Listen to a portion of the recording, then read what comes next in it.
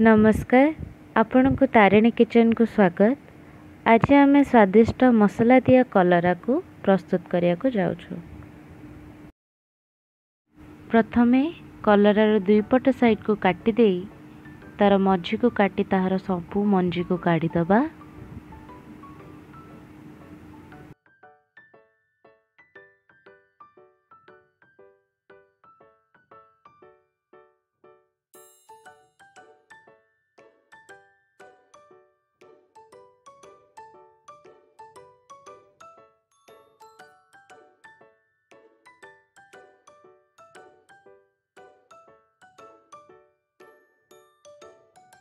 कलरा को काटी साइला परे कलरा रे हलदी एवं स्वाद अनुसार लूण पकाई ताहाको सिझाई दबा।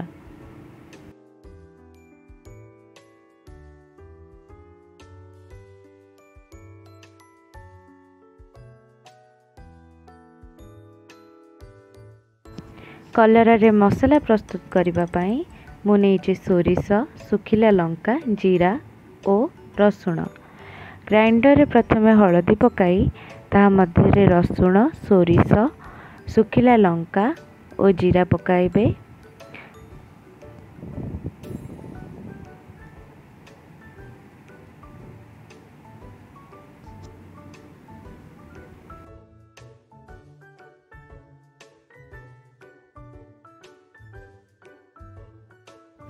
कलरा हमर सिझी जाइछि।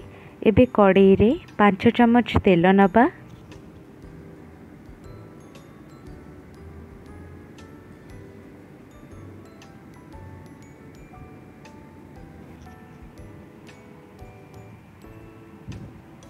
तेल गरम हेबा परे ता मध्य रे आमे पियाज पकाइबा।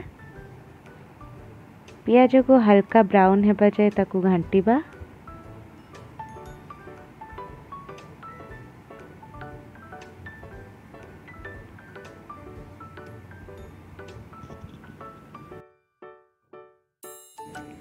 एबे आमे स्वाद अनुसार लूण देबा।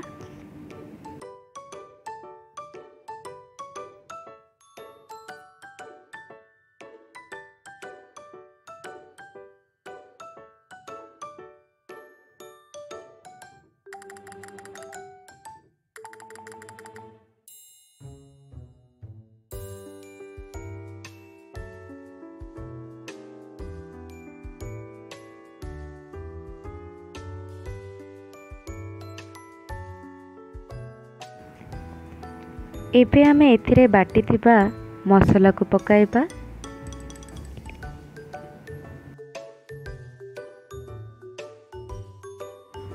एबे मसला सिझिबा पई यहाँ को घोड़ाई दबा।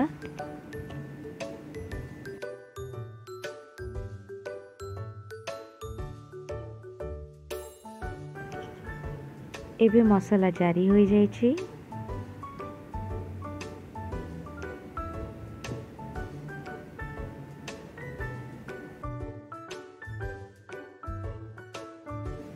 एबे आमे तावा को गरम करिबा। ता मध्य रे 2 चमच तेल पकाइबा।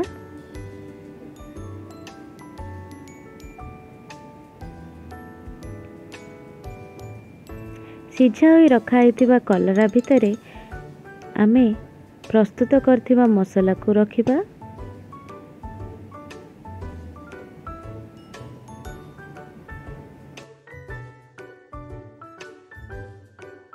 एबे आमे यहाँ को तेल रे फ्राई करिबा।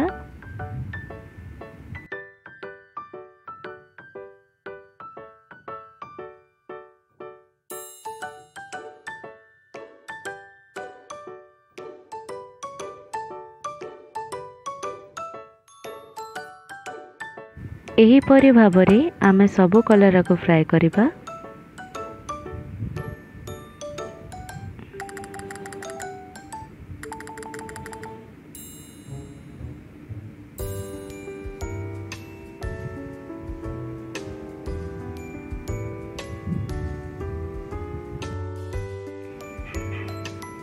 एपी आमर प्रस्तुत हो जाइछि मसला दिया कलरा।